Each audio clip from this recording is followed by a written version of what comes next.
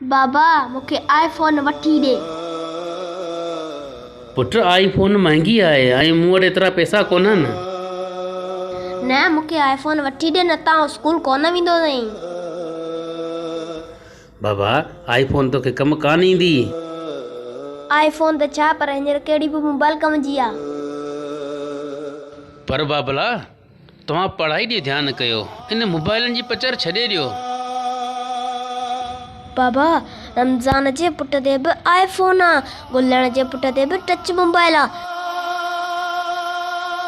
हा पर पुट मां उन्हनि जी जुती में पेर कोन पाईंदुसि। मां ग़रीब आहियां ऐं हू पैसे वारा आहिनि, हू त कुझु बि वठी सघनि था। बाबा मां तुंहिंजो घर ई थो छॾे वञा। न जुनेद पुट न, मोबाइल जे करे तूं पंहिंजे पीउ खे छॾे वेंदे। ईअं न कर पुट, मोटी आ तूं, मोटी आ।